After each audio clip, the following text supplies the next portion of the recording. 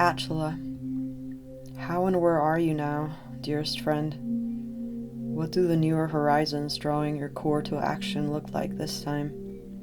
We miss you here, in this plane of reality that is currently under fire. You were a force of mad lucidity, driven by the very pulse of the earth. When we met at that gathering, it was as if we instantly recognized a mutual hunger in one another, the urgency to translate fateful dreams of change into action. You introduced yourself as a 70-something-year-old academic farmer from Brazil. Your energy was volcanic. The aura of your stories reflected an ineffable depth that bore the stain of the times you faced violence while defending the forest against man-made predators. You were incarcerated, you told me, between salad bites, and you mentioned something to do with imposed dictatorship problems, which has become a common code between people from Latin America. I suggested that we walk and talk more. So we headed over to the edge of campus, on College Avenue, CCU and I, and as we spoke, we became swallowed by a torrential conversation involving everything that we cared about and the issues we desperately wanted to change for the benefit of all. What we shared resonated in each other's hearts, and we let ourselves become inebriated by its effects. The three of us sitting at that table might as well have been from different planets. We all shared differences in age, race, ability, gender, nationality, height, and class, among other things. But we were all moved by the same prospective dream: liberation from capitalism as a system of global domination. We longed for a life free of the fear for the unknown that we all have within and that we're taught to project as hate for others. It was then that you told us of your work in the Amazon in the 1970s, when you witnessed the interventions made by the World Bank on small farms, affecting the territories of indigenous Patersurui people due to the presence of the military government. You went through grad school and used the resources you found there to develop a working model that you called the Cacayo Project, and that worked as a backpack of survival tools for populations at risk, as you said. Your PhD thesis, in reflection of your life's mission, was dedicated to raising awareness about the violence that young people in vulnerable conditions are subjected to in the context of favelas around Rio de Janeiro and in your beloved Petrópolis. You gave those of us who were lucky to have met you the most precious of gifts: the heartfelt knowledge of how to grow your own food in reciprocal collaboration with the earth. In a world ruled by money, where agonism, greed, and inequality are ever increasing, it is pressing that people teach each other to become self-sufficient in ways that reconnect them with the sources of life that all of us are meant to care for. In that we agreed. I told you about my work as a community artist in Chiapas and Zambia, and how I created dialogic drawing exercises as a means for people to open themselves to the wonders that non-colonial forms of sensibility grant to those who dare to feel deeply in connection with others. Empowerment for us involves dealing with the inferiorization that is particular to Latines. It is a hellish limbo of constant uncertainty that we're forced to navigate. We also spoke about our transnational collective, Brujas, and of the mycorrhizal ecologies of care that we conjured within the prison system of Pennsylvania while teaching art. As community artists, we sought to connect experiences of subaltern alterities with hegemonic discursive formats through which we could repurpose the fine art gallery setting, to have it work as a platform from which to raise awareness against the structural causes behind police brutality and labor-based exploitation. After we said goodnight, the vibrant residue of that encounter compelled us to stay in touch. You traveled back to Brazil and continued with your workshops for building vegetable gardens with children from local schools.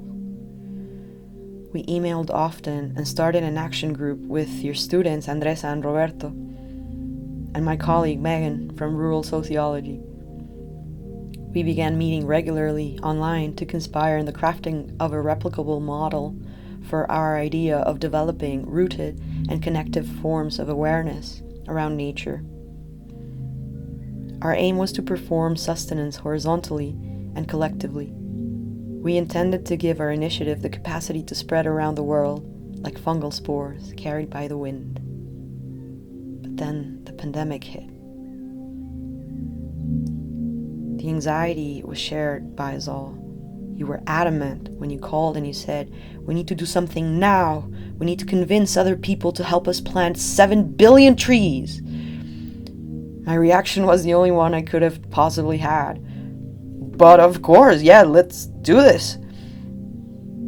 To be honest, I could not even fathom such a quantity in my head at the time. But you spoke with such power, Atila, and I knew we would never be stopped. You let me know of your frustration with what you saw as a lack of involvement on behalf of universities in organizing actions against the greater corporate forces actively destroying our livable landscapes.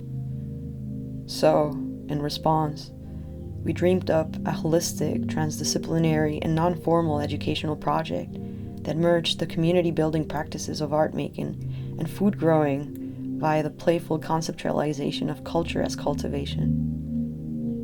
However, after some consideration, we decided to begin smaller, planning to plant 1 billion trees. You responded, "Okay, but then we also need to build 700 vegetable gardens," to which I said, "Naturally." My next email led us to the title. I know, Bruno Monari has a drawing exercise in which he challenges people to perceive a tree as a slow explosion of a seed and to draw one as such. If our aim is to plant 1 billion trees, then let's call this project 1 billion slow exploding seeds. It sounded funnily appealing, signaling an absurdly factual need. So we drafted an abstract that read like a manifesto. We poured our souls into the writing and hoped for the best when applying for conferences. Soon after, we had 3 opportunities lined up and a paper on the way.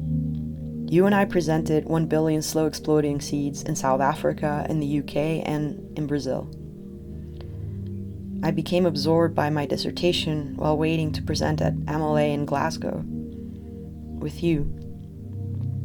And we lost touch for a moment when I got the news of your passing. Your last message read as if you barely had any energy left. I had called a couple days prior, but it had been too late.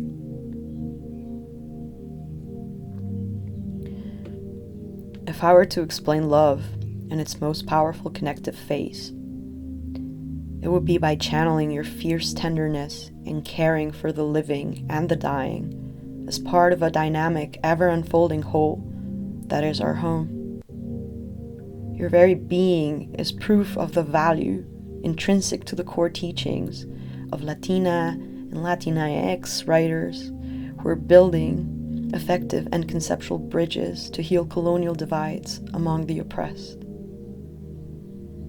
There is a complex truth in the lessons of anti-colonial scholars who are presently trying to demonstrate to the rest of the world that it is possible to work together across differences toward a common dream, and in spite of the hardships that we face, it becomes easier to face them together. That is a kind of math that I can grapple with. Driven by the memory of your being, we're daring to dream into reality the material possibility for all people who are suffering from domination to be able to lead a dignified life with the proper metabolic conditions and in reciprocity with the Earth's processes, which is what eco-socialism and Marxist ecological feminisms fight for. You left when the party had just begun. I couldn't believe that you were gone. It was as if the entire world skipped a heartbeat. Days became heavier. There's so many kind beings trying to make a difference, and we're getting together to make your dream come true.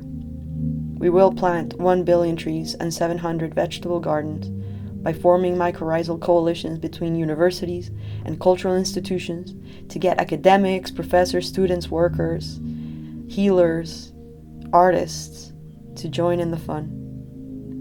I wish you had been there for the conversation that happened in Glasgow after I presented 1 billion slow exploding seeds for the first time without you. I screened a video of you speaking about the project, and it got through to people because of how genuinely and fiercely you spoke. I am summoning a river of images to express the gratitude that I feel for the moments when we were able to join forces and we would come an envisioning for a future grounded in non-egotistical, comradely love. For that is a type of love that we must cultivate against all rifting forces of ego. Love like that will heal the agonistic divide. Oh, Atila, we will someday share a glass of cachaça de banana, as we promised, while traversing the mycorrhizal afterworlds and in celebration of the life that you dedicated to caring after our home. Sincerely, Xalli.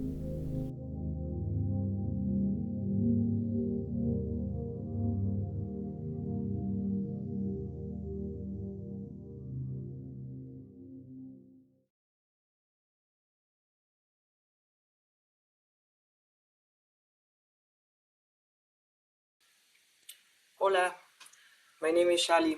I am an artist, part of this project called 1 billion slow exploding seeds that my dear friend Atila and I created out of an urgency that we felt during the pandemic in relation to what we had been talking about with other students of his from Brazil and colleagues of mine from Penn State. I just finished a dual doctorate degree at Penn State in art education and women's gender and sexuality studies. And my work very much has to do with lifting or raising the importance of community building, specifically when facing oppression and exploitation. So my thesis has to do with that. And I think this project is connected to it.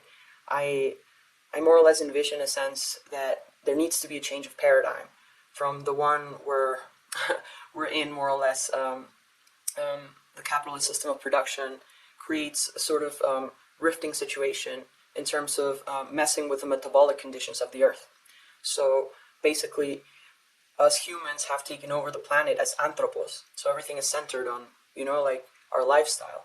And we don't give anything back. So we're constantly extracting, this concept of appropriation in Marx has to do with the things that we need to take from nature to be able to survive. And that is normal. But the problem comes when we don't give anything back, or we do not let the processes that produce energy and nutrients to replenish. So when that happens, we get to a crisis, like the one that we're experiencing right now at a planetary level. So this is an effort for us to realize that and maybe try to change the way we go about things, because we're already immersed in a mode of being that is very much self-destructive, in the sense of the way bodies need to exist at a local level in terms of like physical bodies, but also at a planetary level. So Atila was he was an extraordinary man who dedicated his life to planting trees. Like he started in the Amazon in the 70s and was incarcerated for it. And it was amazing to just have met someone who has given so much of himself to this cause in particular. He would take schools, he would take any kind of groupings of humans to out in around Petropolis to show them how to grow their own food, which I think is the most powerful thing you can know. Like that's where decolonization starts. It starts with the food and the gatherings that come about because of that. Art also comes as a result of that. Like these rituals that we used to have, and sometimes, I mean, we still have them, but not in the sense that replenished our soul in terms of a community and in gratefulness for the fact that we're alive and that we were able to get enough food to do so, to grow it, etc. So we've become detached from these important truths about what it takes for everything to exist. And so I wrote a thesis on the importance of mycorrhizal symbiosis as the basis upon which everything else is able to exist. So I am proposing to change, slowly from a paradigm of agonism, of competition, where everybody's perceiving everything else as something to defeat. And we need to change that mindset that is very much embedded in neo-Darwinism, or what has been warped to make us think that the only way to move forward is to conceive everything that is not the I as an enemy.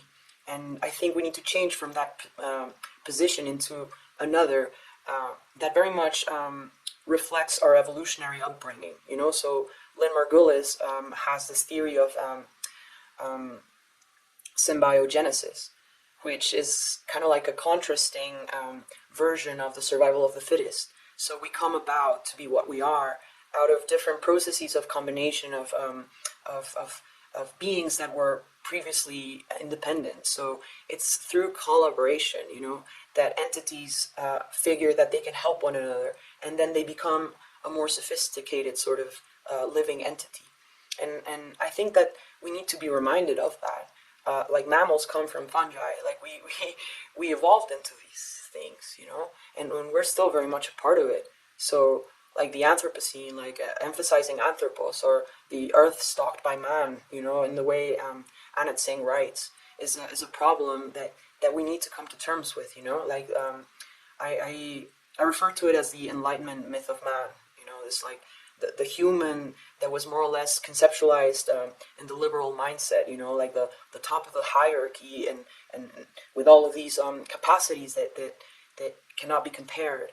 We need to bring that back into the ecosphere in terms of oikos, like the ecologies of care that we're trying to develop are very much oriented toward that, So I think I'm developing a political model for care that is based on mycorrhizal symbiosis, and that is the foundation upon which I am working with these other kinds of projects, So 1 billion slow exploding seeds is a manifestation of that. We're building care webs in these brigades. So the point is to get academics, we're constantly talking about what we ought to do, but we don't really have that much time to actually engage in practice about what we're talking about. So this is also an opportunity for people who much like ourselves, feel like we're, reduced to our cycles of production due to stress, and maybe there's a way in which we can work together so the pressure becomes a little bit less, if we distribute like the energies and the access to things that could be useful. So this is what we're asking, like us in the global south, it's we're desperate.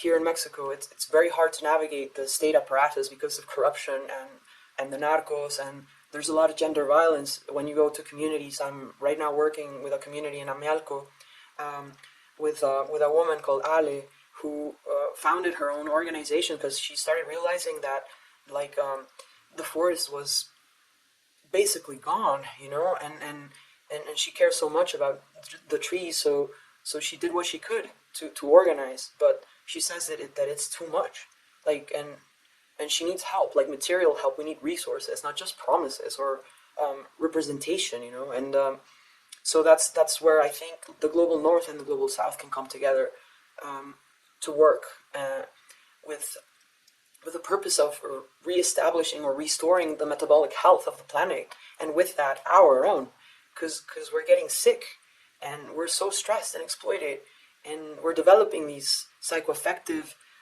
effects. We don't even know how to handle them, so we are very much going to have to learn how to care for one another when the systems of support that have been eroded on purpose since the 70s due to neoliberalism. Like when they're gone, we need to take care of each other. That's what a community is for, right? And fungi do that for us underground. They're a connective lattice that has a consciousness and sensibility, and that allows for the forest to distribute nutrients accordingly. So we need to act in a way that more or less follows that logic, but not in the subsoil only, but also, in this plane of reality. So this is an invitation for us to ponder on that, and to connect with life forms that aren't human, because we put so much emphasis on the anthropos. We need to decenter ourselves. We need to place ourselves back into the ecological merging of everything that allows for life to continue. And we need to celebrate that the fact that we're alive, that we're surrounded by it. Trees aren't just like background to our, like navel-gazing narratives. Like they're experiencing life in a way that we don't even know. I think this is an exercise for humility and for gratefulness and for strength, for daring to go beyond the fear of being told that this is not the way to go, or fearing that we're gonna make mistakes. Like that's part of the process, but the point is to actually do something. Who cares who's judging? Like they also need to be doing something. So this is us just being honest. Like we need help, we need resources. Like Ale, like she's desperate, and I'm a millennial. I'm in downward mobility. Like I'm white passing, and I have certain privileges that I'm willing to share, but it's not enough. Like we need to work together. So the next stage of the project, we're envisioning starting a platform, an online platform, to map all of these events as they happen, so that people all over the world can see others also engaging in something similar, and the point is, it's not that difficult. We're not reinventing the wheel. We're trying to connect existing efforts. So if you feel anxiety as an academic, like I do, because you feel like you're not doing enough, or you're not allowed to even think about what you could be doing, maybe we can, contact each other and help each other out. The point is to reach out to existing organizations who are already responsible or taking the responsibility to plant trees, and maybe they have some expertise in terms of context, because every context changes, right? It's very important that we pay attention to the conditions, the weather, like the soil, the types of trees that need to be planted. This isn't just like a plant a tree and leave it there sort of thing, For example, there's two components. There's one in terms of memory, we're suggesting that people that go out and organize tree planting brigades for 1 billion slow exploding seeds, to think about someone that they've lost during the pandemic. So I'm dedicating this to Atila because it was his idea at a overarching level, but you can also think about someone that you've lost in whatever shape or form, like the pandemic has been intense. So think about someone and then maybe dedicate that tree to them, and then maybe you can like form a lifelong bond with that tree, through that memory, and maybe we can start developing different kinds of awarenesses, consciousness, sensibilities, ways of grappling with that we can form loving bonds with non-human entities that are full of life. I think that's just one of the main lessons here, and to care. What does it mean to care for a tree for the rest of your life? Not just like let them do their own thing. Like we need to take responsibility with what actually matters, not just our stipends and our egos and our prestige. Like we're at a crisis point, and we don't have that much time. So this is a way for us to engage in something that could help us mentally as well. So I'm developing drawing exercises that are meant to create different kinds of sensibilities, like I've been saying. So that's my part of the job as an artist, and it's so beautiful to enter that world, to give yourself the possibility to perceive differently, and that's what I do. So with Atila, we were meant to work together, and we still are in a way. So I'm just the artist. I was left alone. So I'm trying to connect with other people who know how to teach how to grow food, because that's the other aspect of it. But again, there's so many people that are already involved in that. So it's just a matter of connecting showing up and doing the work. That's it. Like making it real, translating it into a plane of reality, so that it's not just criticism. So that it gets fleshy, so that it gets so that it's real. And so yeah, we need a lot of help. We need physical help as well.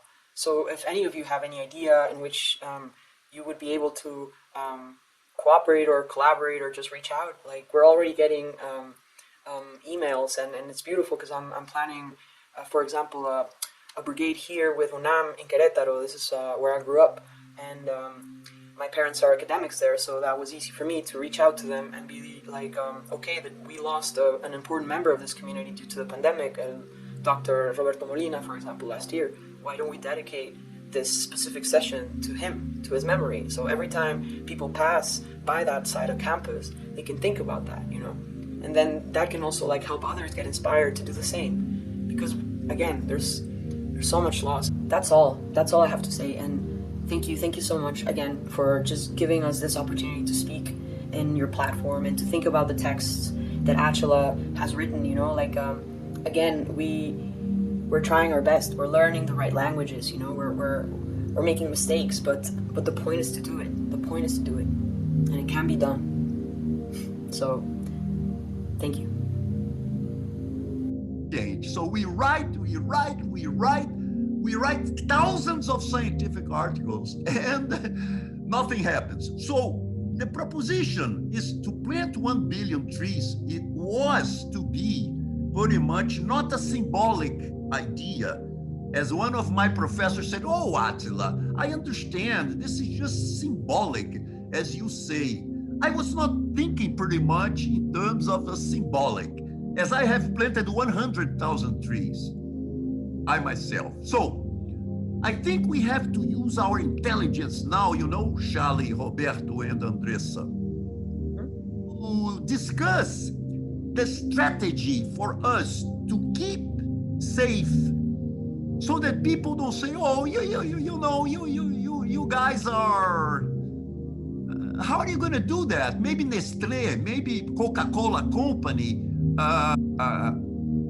could invest $10 million and plant 1 billion trees in Africa. But you guys, so I keep my idea that although it could even be a little bit symbolic, I do believe that we can give the Cacao method, and putting it together with your experience, Xalli, and Roberto and Andressa, not only a symbolic thing, but a way that we are not here to plant trees. I would like to repeat this again. The idea is to plant trees. The university visit the elementary or the junior or the high school in the corner of the university and say, "Hey, Maria, hey, John, you're the principal of this beautiful elementary school. What do you think that me, Xalli, Atila, Roberto, Andressa, Joãozinho, come to you and plant 1,000 trees together, the university, plant trees, and 2 vegetable gardens." So the idea is to make a snowball, a very small snowball, and little by little, a methodology of connecting university, planting trees, with local public schools, as I have done in the last at least 25 years in Petrópolis, and it worked.